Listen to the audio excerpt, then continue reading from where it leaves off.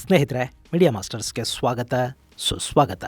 ಗೆಳೆಯರೆ, ಸರಿಯಾಗಿ 11 ತಿಂಗಳ ಹಿಂದೆ ಹಂಪಿ ಬಳಿ ಅಮಾನುಷ ಕೃತ್ಯವೊಂದು ನಡೆದಿತ್ತು.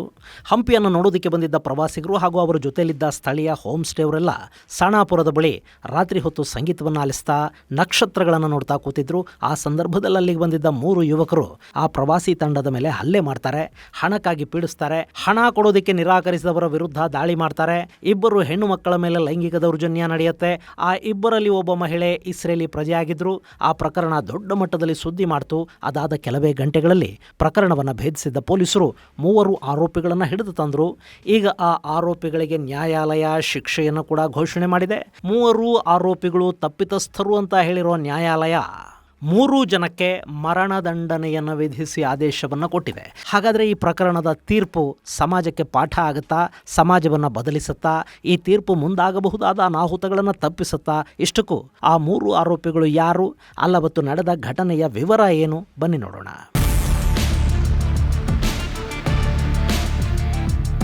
ಗೆಳೆಯರೆ, ಅದು ಫೆಬ್ರವರಿ 7, 2026 ಗಂಗಾವತಿಯ ನ್ಯಾಯಾಲಯದಲ್ಲಿ ಮಹತ್ವದ ತೀರ್ಪೊಂದು ಹೊರಬಿತ್ತು.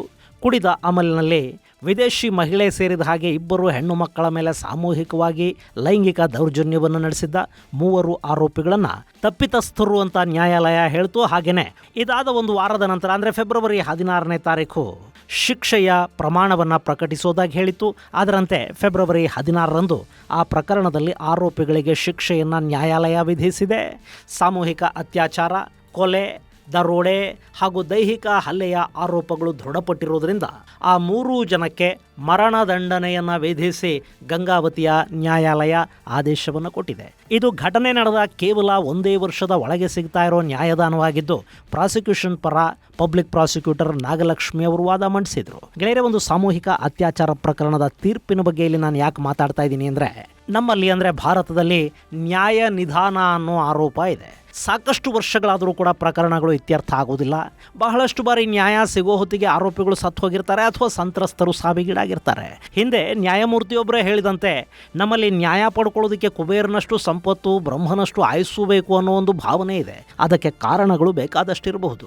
ನ್ಯಾಯಾಲಯಗಳ ಸಂಖ್ಯೆ ಕಡಿಮೆ ಇದೆ. ಜನಸಂಖ್ಯೆಗೆ ಮತ್ತು ನಮ್ಮಲ್ಲಾಗ್ತಾ ಇರೋ ಅಪರಾಧ ಪ್ರಕರಣಗಳಿಗೆ ಅಗತ್ಯ ಇರೋಷ್ಟು ನ್ಯಾಯಮೂರ್ತಿಗಳ ನೇಮಕಾತಿ, ನ್ಯಾಯಾಲಯಗಳ ಸಂಖ್ಯೆಯನ್ನು ಹೆಚ್ಚು ಮಾಡೋದು, ಎಲ್ಲರಿಗೂ ಜವಾಬ್ದಾರಿಯನ್ನು ಫಿಕ್ಸ್ ಮಾಡೋದು, ನ್ಯಾಯಾಲಯಗಳ ಕೆಲಸವನ್ನು ಮತ್ತಷ್ಟು ಸರಳೀಕರಣ ಮಾಡೋದು, ಅಲ್ಲಿ ಸೌಲಭ್ಯಗಳನ್ನು ಹೆಚ್ಚು ಮಾಡೋದು, ಅಂದರೆ ಇವತ್ತಿನ ಅಗತ್ಯಗಳಿಗೆ ತಕ್ಕ ಹಾಗೆ ಅಲ್ಲಿ ಸುಧಾರಣೆಗಳನ್ನು ತರೋದು, ಇಂಥ ಕೆಲಸಗಳ್ಯಾವುದು ಆಗ್ತಾ ಇಲ್ಲ ಅನ್ನೋದು ಒಂದು ದೊಡ್ಡ ಕಾರಣನೇ.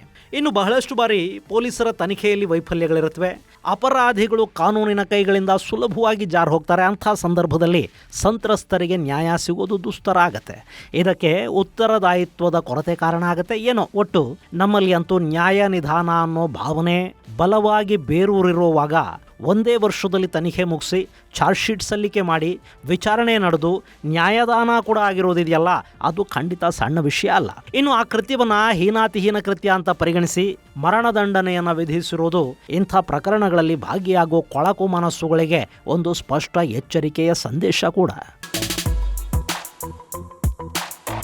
ಗೆಳೆಯರೆ, ಅದು 2025 ಮಾರ್ಚ್ 6ನೇ ತಾರೀಕು ವಿಶ್ವವಿಖ್ಯಾತಿಯನ್ನು ಪಡೆದಿರುವ ಯುನೆಸ್ಕೋ ವರ್ಲ್ಡ್ ಹೆರಿಟೇಜ್ ಅಂತ ಕರೆಸಿಕೊಳ್ಳುವ, ಪ್ರತಿನಿತ್ಯ ಸಹಸ್ರಾರು ಜನ ಭೇಟಿ ಕೊಡುವ ಹಂಪಿಯ ಬಳಿ ದುರ್ಘಟನೆಯೊಂದು ನಡೆದು ಹೋಯಿತು. ಅಲ್ಲವತ್ತು ಹಂಪಿ ಪ್ರವಾಸಕ್ಕೆ ಬಂದಿದ್ದ 2 ವಿದೇಶಿಯರು ಹಾಗೂ 2 ನಮ್ಮದೇ ದೇಶದ ಪ್ರಜೆಗಳು ಗಂಗಾವತಿ ಸಮೀಪದ ಸಾಣಾಪುರ ಕೆರೆಯ ಬಳಿ ನಕ್ಷತ್ರ ವೀಕ್ಷಣೆಗೆ ಬಂದರು.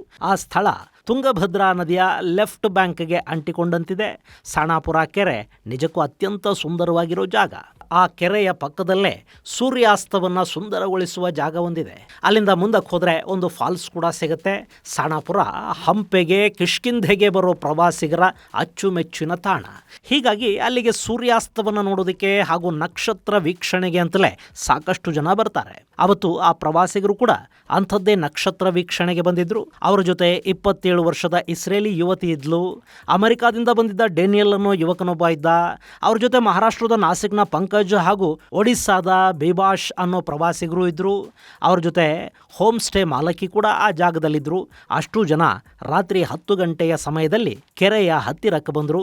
ಅಲ್ಲಿ ಗಿಟಾರ್ ನುಡಿಸ್ತಾ ಆ ನಕ್ಷತ್ರ ರಾತ್ರಿಯ ಸುಂದರ ಆಗಸವನ್ನು ಕಣ್ತುಂಬಿಕೊಳ್ತಾ ಇದ್ರು. ಆ ಸಮಯಕ್ಕೆ ಅಲ್ಲಿ ಬೈಕ್ ಒಂದರಲ್ಲಿ 3 ಜನ ಬರ್ತಾರೆ. ಬಂದವರು ಪೆಟ್ರೋಲ್ ಬಂಕ್ ಎಲ್ಲಿ ಅಂತ ಇವರನ್ನು ಕೇಳಿದ್ರಂತೆ. ಅದಕ್ಕೆ ಹೋಮ್ ಸ್ಟೇ ಮಾಲಕಿ ಮುಂದೈತ್ ಹೋಗು ಅಂತ ಹೇಳಿದ್ದಾರೆ. ಅದಾದ ನಂತರ 3 ಜನ ಯುವಕರು ನಮಗೆ ಹಣ ಕೊಡಿ ಅಂತ ಗಂಟು ಬಿದ್ದರಂತೆ. ಆಕೆ ಅಲ್ಲಿ ನಾವು ಹಣ ತಂದಿಲ್ಲ ಅಂತ ಹೇಳ್ತಾ ಇದ್ದಂತೆ ಆಕೆಯ ಮೇಲೆ ಅವರು ಜಗಳಕ್ಕೆ ನಿಂತಿದ್ದಾರೆ. ಅಲ್ಲಿದ್ದ ಎಲ್ಲರ ಮೇಲೂ ಕಲ್ಲುಗಳನ್ನು ಬೀಸೋದಕ್ಕೆ ಶುರು ಮಾಡಿದ್ದಾರೆ. ಆ ಯುವತಿಯನ್ನು ಕಾಪಾಡೋದಕ್ಕೆ ಬಂದ ಅಮೆರಿಕಾದ ಯುವಕ ಹಾಗೂ ಇನ್ನಿಬ್ಬರನ್ನ ತುಂಗಭದ್ರಾ ಲೆಫ್ಟ್ ಕೆನಾಲ್ಗೆ ತಳ್ಳಿಬಿಟ್ಟಿದ್ದಾರೆ. ಇಷ್ಟಾಗೋ ಹೊತ್ತಿಗೆ ಇಸ್ರೇಲಿನ ಯುವತಿ ಹಾಗೂ ಹೋಮ್ ಸ್ಟೇ ಮಾಲಕಿ ಇಬ್ಬರು ಆರೋಪಿಗಳು ಬೀಸಿದ ಕಲ್ಲುಗಳಿಂದ ಗಾಯಗೊಂಡಿದ್ರು.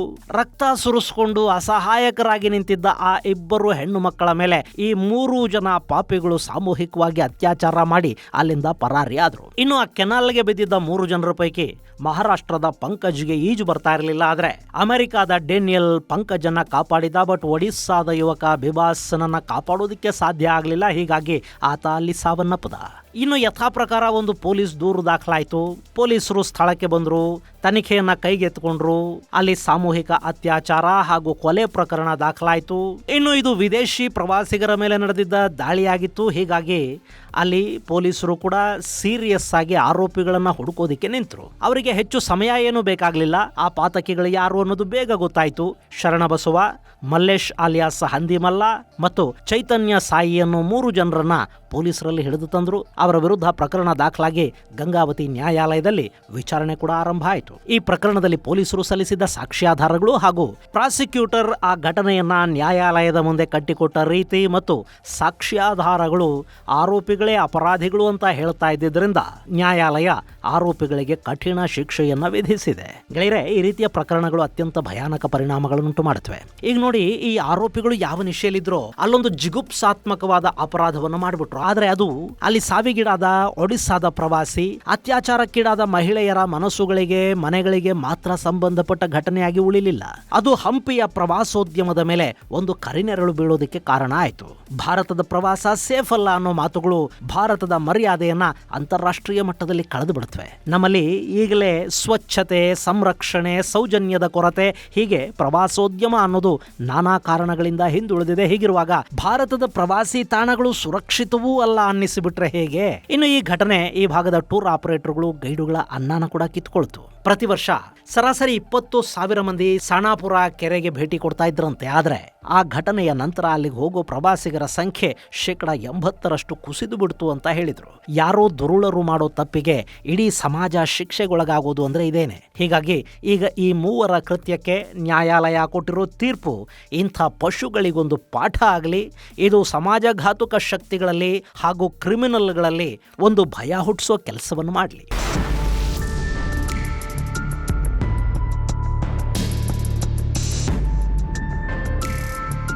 ಇನ್ನು ಈ ಘಟನೆ ನಡೆದಾಗ ಅಷ್ಟೊತ್ತಿಗೆ ಆ ಹುಡುಗಿರು ಅಲ್ಲಿಗೆ ಯಾಕೆ ಹೋಗಬೇಕಿತ್ತು, ಅವರಲ್ಲಿ ನಶೆ ಮಾಡೋದಕ್ಕೆ ಹೋಗ್ತಾರೆ, ಇಂಥ ಮಾತುಗಳು ಕೂಡ ಕೆಲವರ ಕಡೆಯಿಂದ ಬಂದು.